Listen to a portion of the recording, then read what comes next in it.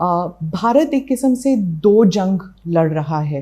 एक तरफ कोविड तो दूसरी तरफ चाइना की फौज लद्दाख में हमें तंग कर रही है, घुसने की कोशिश कर रही है। तो आप जो है, आपकी सरकार जो है इन दोनों से जूझ रही है। इसलिए मैं सवाल पूछना चाहूँगी कि पहले तो कोविड के बारे में मैं एक बात स्पष्ट कर दूं, दोनों जंग हम जीतेंगे और जनता को आश्वस्त करना चाहता हूं कि मोदी जी के नेतृत्व में दोनों जंग जीतेंगे।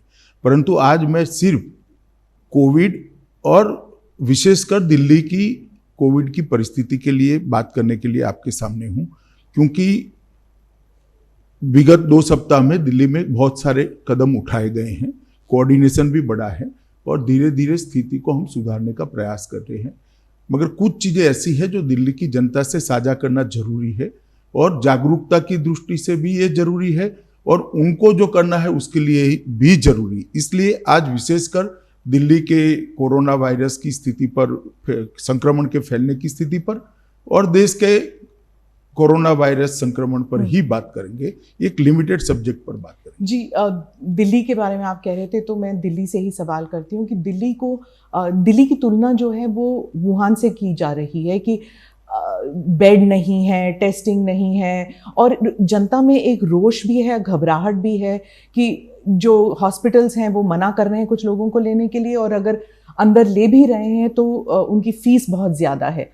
तो इसको निपटने के लिए क्या किया जा रहा है? देखिए, मैं थोड़े चरणबद्ध आपके सभी सवालों के जवाब दूंगा, मगर पहले मैं एक स्थिति स्पष्ट कर दूं कि लगभग जून के दूसरे सप्ताह में दिल्ली के उप मुख्यमंत्री मनीष सिसोदिया का एक बयान आया।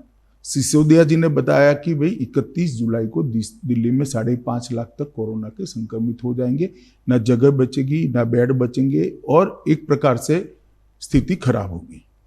इससे दिल्ली की जनता में बहुत सारा भय हुआ। उनका अनुमान जो था वो आंकड़ों के आधार पर थे, मैं वो अनुमान सच गलत उसमें जाना नहीं चाहता, परंतु एक भय की स्थिति पैदा हुई और कई लोग पलायन की भी सोचने लगे।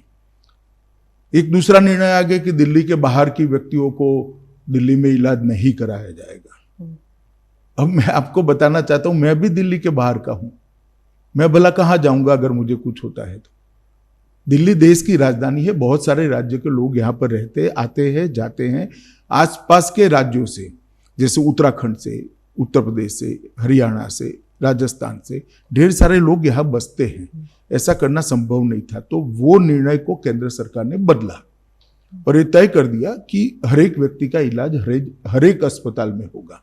और उसके बाद में मैंने 14 तारीख को एक कोऑर्डिनेशन की मीटिंग बुलाई और जो आप बात कर रहे हैं वो सारे फैसले कोऑर्डिनेशन की मीटिंग में हमने करे।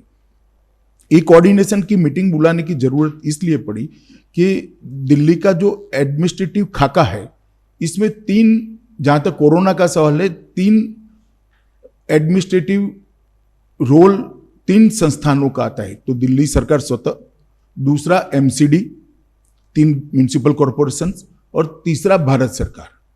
तो ये तीनों के बीच में कोऑर्डिनेशन होना जरूरी था। तो वो मीटिंग का मुख्य उद्देश्य था, देश और दुनिया के कोरोना के खिलाफ की लड़ाई की बहुत सारी इंफॉर्मेशन भारत सरकार के तज्ञों के पास थी। जैसे डॉक्टर पॉल है, नीति आयोग के मेंबर हैं, हमारे डॉक्टर भार्गव है, आईसीएमआर के हैं और एम्स के डायरेक्टर गुलेरिया जी हैं। ये तीनों के पास पूरे देश भर की स्थिति और दुनिया भर की लेटेस्ट स्थिति की जानकारी थी। भारत सरकार काफी कुछ मदद भी कर सकती है। दिल्ली सरकार का स्वास्थ्य विभाग और दिल्ली सरकार का मेन रोल है ही है और अस्पताल बहुत सारे एमसीडी के हैं, नीचे के कर्मचारियों की संख्या भी एमसीडी की ज्यादा है। तो एक व्यापक अभियान कोरोना के खिलाफ चलाना है तो तीनों ने मिलजुल कर काम करना पड़ेगा। तो मैंने मीटिंग बुलाई, इसमें दिल्ली के मुख्यमंत्री जी भी आए, उप मुख्यमंत्री जी भी आए, भारत सरकार के स्वास्थ्य मंत्री भी थे, ये तीनों डॉक्टर भी थे और बाद में एमसीडी के मेयरों के साथ भी मीटिंग की। इसमें हमने बहुत सारे निर्णय लिए और आज मैं कह सकता हूं विश्वास के साथ कि 5.5 लाख वाली स्थिति 31 जुलाई तक नहीं आएगी।